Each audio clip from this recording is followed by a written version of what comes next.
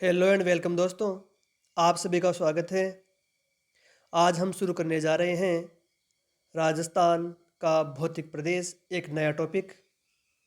तो आज का हमारा नया टॉपिक है राजस्थान के भौतिक प्रदेश। राजस्थान के भौतिक प्रदेशों की यदि मैं बात करूं तो सबसे पहले हम जानते हैं कि भौतिक प्रदेश किसे कहते हैं। तो भौतिक भौतिक का अर्थ होता है कि भूगोल में स्थलमंडल पर स्थित पर्वत है, पठार, मैदान, पहाड़, पहाड़ियाँ, नदियाँ, वनस्पति, प्राकृतिक संसाधन आदि के संयुक्त भाग को भौतिक कहा जाता है। कि भौतिक का अर्थ क्या है, भौतिक किसे कहेंगे? तो स्थल मंडल पर विद्यमान पर्वत, पठार, मैदान, नदियाँ, वनस्पति, प्राकृतिक संसाधन आदि के संयुक्त भाग को भौतिक कहा जाता है। प्रदेश किसे कहते हैं? तो किसी क्षेत्र विशेष को प्रदेश कहा जाता है। कोई भी क्षेत्र विशेष है उसको हम प्रदेश कहते हैं। भौतिक प्रदेश किसे कहेंगे? तो भौतिक प्रदेश है स्थल मंडल पर विद्यमान पर्वत, पठार, मैदान, नदियाँ, प्राकृतिक संसाधन आदि का अध्ययन जब किसी क्षेत्र विशेष के संदर्भ में किया जाता है तो उसे हम भौतिक प्रदेश कहते हैं। किसी क्षेत्र विशेष के संदर्भ में जब हम स्थल मंडल पर विद्यमान पर्वत, पठार, मैदान, नदियाँ, वनस्पति आदि का अध्ययन करते हैं तब उसे भौतिक प्रदेश कहा जाता है। अब बात करेंगे कि राजस्थान है उसके जो भौतिक प्रदेश हैं उसकी उत्पत्ति किस प्रकार से हुई थी, इसको समझेंगे। तो देखिए, प्राचीन समय में मतलब कार्बोनिफेरस युग में संपूर्ण स्थलखंड है वह एक ही जगह स्थित था, मिला हुआ था। इस संपूर्ण स्थलखंड का नाम दिया गया पेंजिया।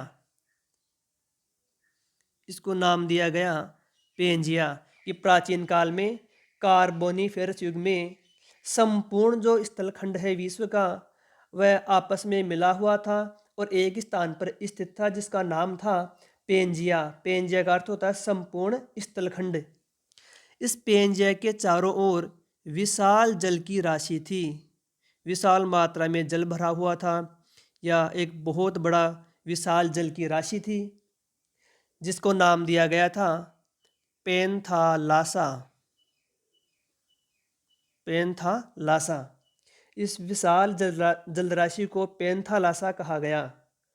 तो संपूर्ण जो स्थलखंड है उसको नाम दिया गया पेंजिया और पेंजिया के चारों ओर जो जल की विशाल राशि थी इसको नाम दिया गया पेंथालासा। अब धीरे धीरे क्या होता है, धीरे धीरे इसमें विखंडन शुरू होता है। इसका पेंजिया का विखंडन प्रारंभ हो जाता है और ये दो भागों में विभाजित हो जाता है। दो भागों में विभाजित हो जाता है। इसका उत्तरी आधा भाग कहलाता है लारेशिया। इसका उत्तरी भाग है लारेशिया या अंगारालैंड कहलाता है और इसका दक्षिणी भाग है वह कहलाता है गोंडवाना लैंड। वह कहलाता है गोंडवाना लैंड। और इसके बीचों बीच जो रिक्त स्थान, खाली स्थान था, जगह थी, इसको नाम दिया गया था टेथिस सागर। टेथिस सागर, टेथिस सागर नाम दिया गया था। तो इस प्रकार से राजस्थान में पाए जाने वाले जो भौतिक प्रदेश हैं वह अवशेष हैं। एक तो गोंडवाना लैंड के अवशेष, एक है टेथिस सागर के अवशेष। लारेशिया या अंगारा लैंड है इसके अवशेष राजस्थान में नहीं पाए जाते हैं। राजस्थान में किसके अवशेष नहीं पाए जाते हैं? लारेशिया या अंगारा लैंड के अवशेष नहीं पाए जाते हैं। राजस्थान में गोंडवाना लैंड और टेथिस सागर के अवशेष पाए जाते हैं। ये बात आपको समझ में आ गई होगी कि किस प्रकार से इन भौतिक प्रदेशों की उत्पत्ति हुई। तो अब देखेंगे कि राजस्थान में पाए जाने वाले भौतिक प्रदेश। तो पहला है टेथिस सागर के अवशेष। ये टेथिस सागर के अवशेष कौन कौन से हैं? तो उत्तर पश्चिमी मरुस्थलीय प्रदेश, और दूसरा है पूर्वी मैदान। ये तो है टेथिस सागर के अवशेष। गोंडवाना लैंड के अवशेष, मध्यवर्ती अरावली प्रदेश और दक्षिणी पूर्वी पठारी प्रदेश, ये है गोंडवाना लैंड के अवशेष। बात समझ में आ गई होगी कि अवशेष हैं टेथिस सागर के अवशेष और गोंडवाना लैंड के अवशेष राजस्थान में पाए जाते हैं। टेथिस सागर के अवशेष के रूप में मरुस्थलीय प्रदेश हैं और पूर्वी मैदान, ये दोनों प्रदेश हैं राजस्थान में विद्यमान है टेथिस सागर के रूप में। गोंडवाना लैंड के अवशेष अरावली प्रदेश और दक्षिणी पूर्वी पठारी प्रदेश, ये दोनों भौतिक प्रदेश किसके अवशेष हो गए? गोंडवाना लैंड के अवशेष। ये सामान्य जानकारी आपको समझ में आ गई होगी। तो अब आगे बढ़ते हैं। राजस्थान के भौतिक प्रदेश भारत के दो भौतिक प्रदेशों का प्रतिनिधित्व करते हैं। राजस्थान के जो भौतिक प्रदेश हैं वह भारत के दो भौतिक प्रदेशों का प्रतिनिधित्व करते हैं। मतलब भारत का विशाल मैदान है, इसका प्रतिनिधित्व करता है पूर्वी मैदान। मतलब कि विशाल मैदान है, उसके समानांतर ही पूर्वी मैदान है। प्रायद्वीपीय पठार, तो प्रायद्वीपीय पठार है, उसके समानांतर दक्षिणी पूर्वी पठार माना गया है। इस प्रकार से कह सकते हैं कि राजस्थान के दो भौतिक प्रदेश भारत के दो भौतिक प्रदेशों का प्रतिनिधित्व करते हैं। आगे बढ़ते हैं। भौतिक प्रदेशों का उत्पत्ति समय, कि भौतिक प्रदेश है उसकी उत्पत्ति कब हुई, समय उसका क्या है उत्पत्ति का। इससे पहले एक और चीज़ हम जान लेते हैं कि पर्वत, पठार और मैदान वाला, ये पर्वत किसे कहते हैं? तो देखो, हम संपूर्ण जो स्थलखंड है उसकी जो ऊंचाई है उसका मापन करते हैं सी लेवल से, मतलब समुद्र तल से। सी लेवल समुद्र तल से, ये समुद्र का तल है, यहाँ से हम ऊंचाई का मापन करते हैं।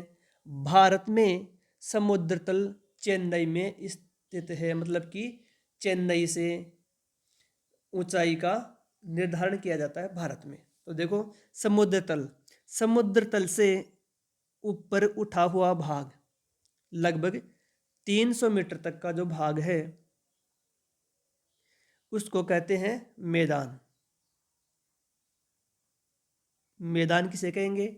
समुद्र तल से 300 मीटर तक की ऊंचाई वाला जो प्रदेश है, भाग है, उसे मैदान कहा जाता है। फिर है 300 से लेकर के 600 मीटर तक, 300 से 600 मीटर ऊंचाई वाला जो भाग है उसको पठार कहते हैं। पठार का ऊपर का भाग है सपाट होता है। अगला है 600 से 1800, 600 से 1800 मीटर ऊंचा भाग है पहाड़ी कहलाता है। 600 से 1800 मीटर ऊंचा जो भाग होता है, स्थलखंड होता है, उसे पहाड़ी कहते हैं। अगला है 1800 मीटर से लगा करके 2700 मीटर जो ऊंचा भाग है उसको कहेंगे पहाड़। ये पहाड़ी था, ये है पहाड़। 1800 से लेकर के 2700 मीटर ऊंचा जो भाग है उसे कहेंगे पहाड़। अंत में है 2700 मीटर से ऊंचा जो भाग है उसे कहेंगे पर्वत। पर्वत की मुख्य विशेषता, ये काफ़ी ऊंचे भाग होते हैं, इनका ढाल काफ़ी तीव्रता लिए हुए और ऊपर का भाग नुकीला होता है।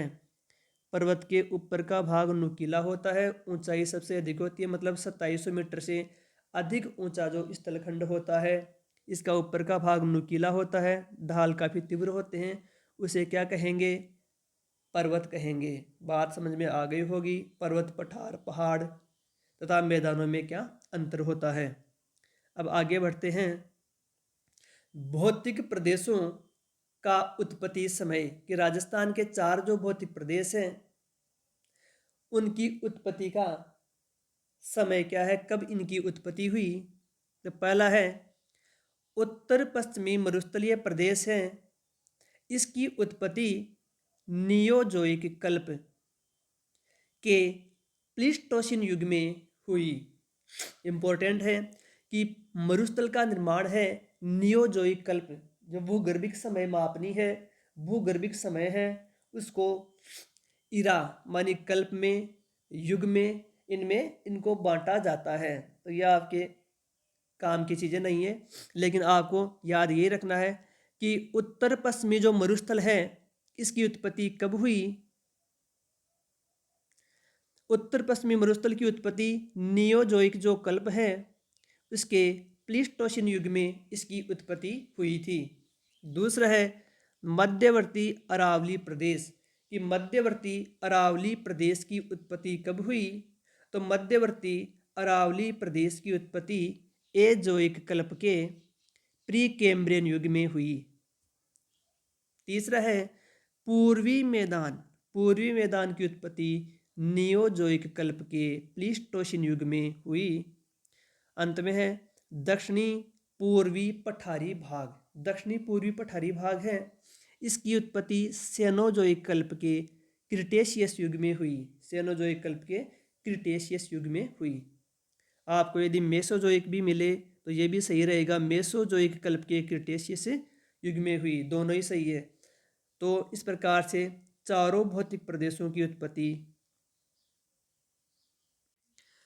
भौतिक प्रदेशों की उत्पत्ति समझ में आई होगी आपको कि भौतिक प्रदेशों की उत्पत्ति है किस प्रकार से हुई।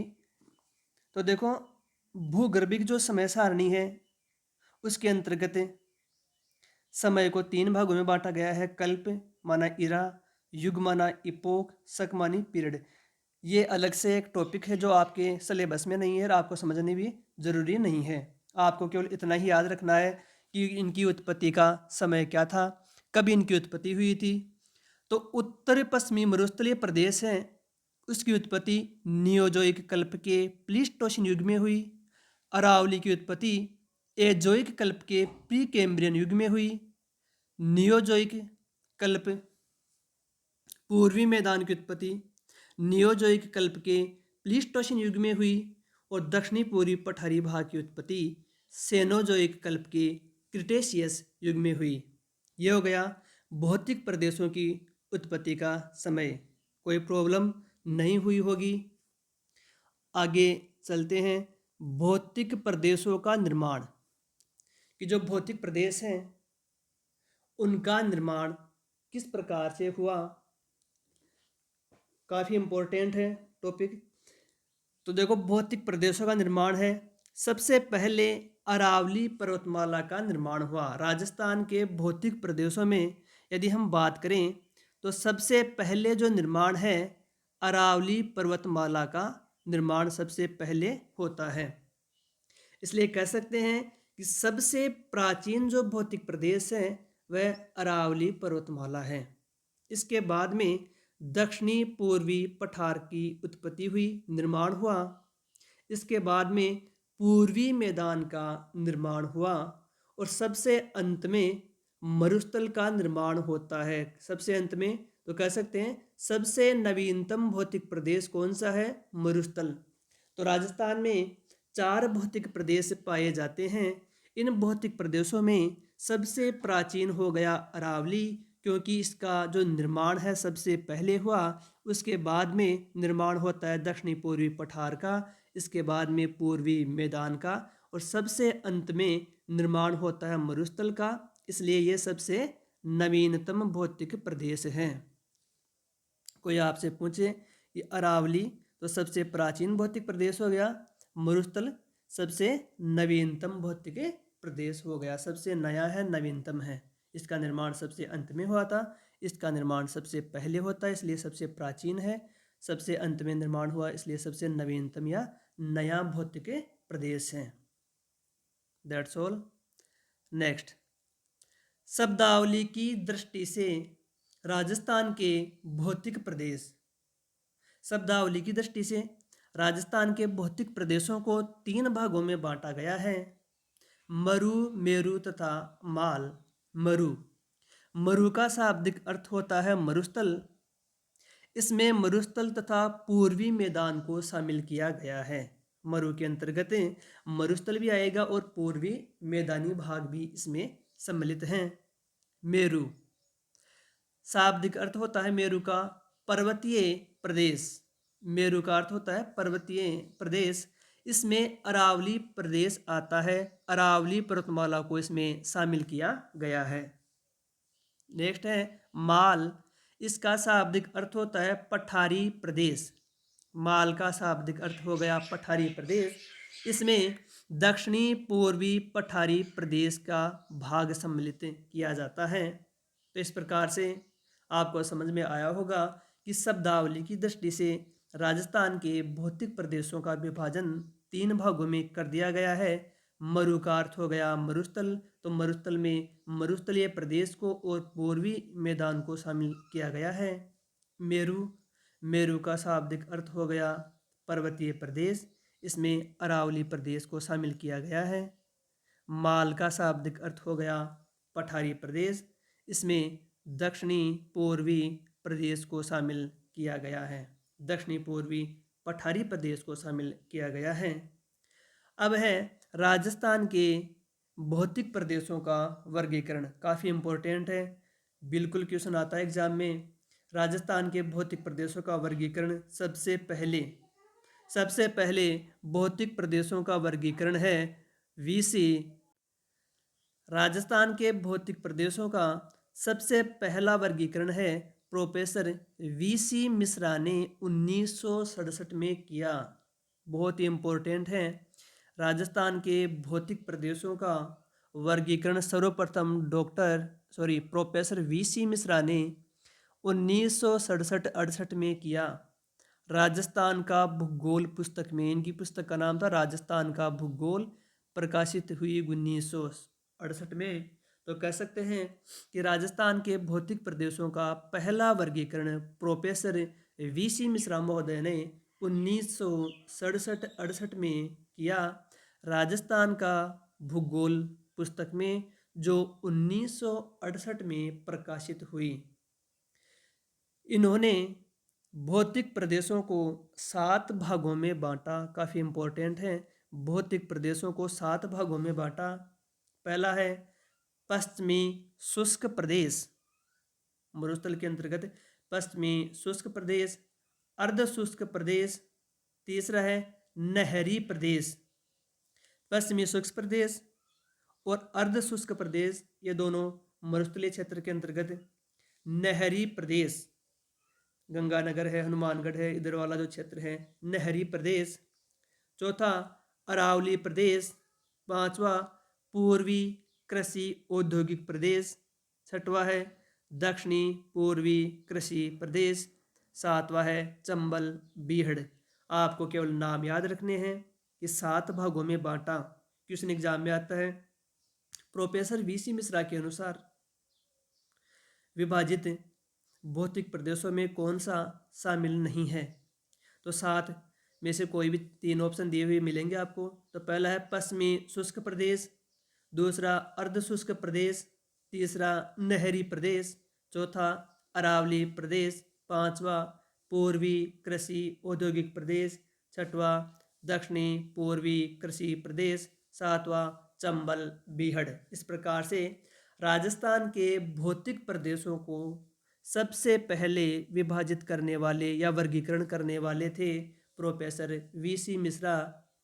1968 में पुस्तक प्रकाशित हुई राजस्थान का भूगोल, और उन्होंने राजस्थान को 7 भागों में बांटा, 7 भागों में विभाजित किया। द्वितीय वर्गीकरण, दूसरी बार जो वर्गीकरण है करने का प्रयास किया था एस के सेन ने 1968 में। राजस्थान के प्रदेशों को वर्गीकृत किया, या राजस्थान के एस के सेन महोदय ने राजस्थान को 3 भागों में बांटा, मतलब राजस्थान के 3 भौतिक प्रदेश इन्होंने बताए। तीसरा वर्गीकरण काफ़ी इम्पोर्टेंट, तीसरा जो वर्गीकरण है यह है डॉक्टर रामलोचन सिंह, RL सिंह, इन्होंने 1971 में वर्गीकरण दिया। इसके अंतर्गत राजस्थान के 2 भाग, 4 उपभाग और 13 लघु प्रदेशों में इन्होंने विभाजित किया। काफ़ी इम्पोर्टेंट है, सबसे महत्वपूर्ण वर्गीकरण है डॉक्टर रामलोचन सिंह का, जो 1971 में इन्होंने दिया था। वर्तमान में भी हम रामलोचन सिंह का ही वर्गीकरण पढ़ते हैं कि राजस्थान के भौतिक प्रदेशों का वर्गीकरण है जो रामलोचन सिंह ने दिया था, वही हम वर्तमान में पढ़ रहे हैं। इसलिए सबसे महत्वपूर्ण वर्गीकरण हो गया डॉक्टर RL सिंह का वर्गीकरण 1971 में दिया। इन्होंने 2 भागों में, 4 उपभागों में, 13 लघु प्रदेशों में विभाजित किया था। कई किताबों में, गाइडों में 12 लघु प्रदेश भी दिए हुए मिलेंगे आपको, लेकिन सटीक आंसर होगा 13 लघु प्रदेश। तो 2 भाग कौन से? अरावली प्रदेश और दक्षिणी पूर्वी पठार। 4 उपभाग हैं, पश्चिमी राजस्थान, पूर्वी राजस्थान, पश्चिमी मरुस्थल, पूर्वी मैदान, और 13 लघु प्रदेश। इस प्रकार से वर्तमान में भी हम डॉक्टर रामलोचन सिंह का ही वर्गीकरण पढ़ रहे हैं। समझ में आ गया होगा, काफ़ी इम्पोर्टेंट। एक बार पुनः देखते हैं, राजस्थान के भौतिक प्रदेश किसके अवशेष हैं? 33 सागर के अवशेष, उत्तर पश्चिमी मरुस्थलीय प्रदेश और पूर्वी मैदान 33 सागर के अवशेष हैं। गोंडवाना लैंड के अवशेष, मध्यवर्ती अरावली प्रदेश और दक्षिणी पूर्वी पठारी प्रदेश गोंडवाना लैंड के अवशेष हैं। राजस्थान के भौतिक प्रदेश भारत के 2 भौतिक प्रदेशों का प्रतिनिधित्व करते हैं, भारत का विशाल मैदान और प्रायद्वीपीय पठार।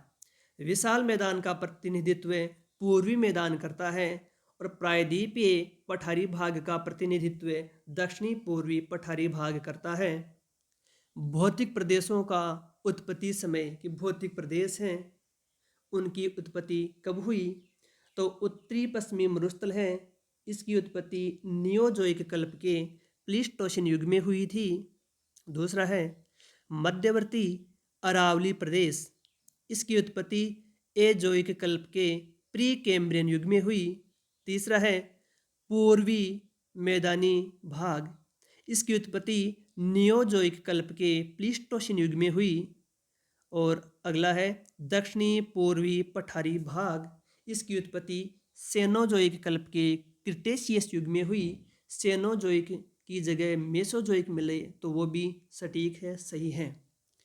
प्रदेशों का निर्माण क्रम, ये प्रदेशों का निर्माण है किस प्रकार से हुआ? तो सबसे पहले सर्वप्रथम निर्माण होता है अरावली पर्वतमाला का, इसलिए अरावली पर्वतमाला सबसे प्राचीन हो गई। फिर होता है दक्षिणी पूर्वी पठार की उत्पत्ति, उसके बाद पूर्वी मैदान का निर्माण होता है। सबसे अंत में निर्माण होता है मरुस्थलीय प्रदेश का, इसलिए मरुस्थल सबसे नवीनतम भौतिक प्रदेश। सबसे प्राचीनतम भौतिक प्रदेश अरावली, सबसे नवीनतम भौतिक प्रदेश हो गया मरुस्थल। शब्दावली की दृष्टि से राजस्थान के भौतिक प्रदेश हैं 3, मरु, मेरु, माल। मरु का अर्थ मरुस्थल, इसमें थार का मरुस्थल और पूर्वी मैदान सम्मिलित हैं। मेरु, मेरु का शाब्दिक अर्थ हो गया पर्वतीय प्रदेश, जिसमें अरावली प्रदेश को शामिल किया गया है। माल का अर्थ है पठारी प्रदेश, जिसमें दक्षिणी पूर्वी पठारी प्रदेश को शामिल किया गया है। अब है राजस्थान के भौतिक प्रदेशों का वर्गीकरण, कि राजस्थान के भौतिक प्रदेशों का वर्गीकरण सबसे पहले प्रोफेसर VC मिश्रा ने 1967-68 में किया, राजस्थान का भूगोल पुस्तक में। इन्होंने राजस्थान के 7 भौतिक प्रदेश बताए, इम्पोर्टेंट हैं। पश्चिमी शुष्क प्रदेश, अर्धशुष्क प्रदेश, नहरी प्रदेश, अरावली प्रदेश, पूर्वी कृषि औद्योगिक प्रदेश, दक्षिणी पूर्वी कृषि प्रदेश, चंबल बीहड़। दूसरा वर्गीकरण एस के सेन महोदय ने 1968 में दिया और इन्होंने भौतिक प्रदेशों को 3 भागों में बांटा। तीसरा वर्गीकरण डॉक्टर राम लोचन सिंह ने 1971 में दिया, जो वर्तमान में भी हम पढ़ रहे हैं। इन्होंने 2 भागों में 4 उपभागों में 13 लघु प्रदेशों में राजस्थान के भौतिक प्रदेशों को बांटा। 2 भाग हैं अरावली प्रदेश, दक्षिणी पूर्वी पठार। 4 उपभाग हैं पश्चिमी राजस्थान, पूर्वी राजस्थान, पश्चिमी मरुस्थल, पूर्वी मैदान और 13 लघु प्रदेश। आई होप कि आपको ये टॉपिक अच्छी तरह से समझ में आया होगा और कोई दिक्कत का सामना नहीं करना पड़ा होगा। अगले अंक में पढ़ेंगे भौतिक प्रदेशों को विस्तार से। ये इनका जनरल इंट्रोडक्शन था। आपको कैसा लगा ये अंक? कमेंट के माध्यम से हमें सूचित करें। ज़्यादा से ज़्यादा शेयर करें। जय हिंद, जय भारत। Thank you.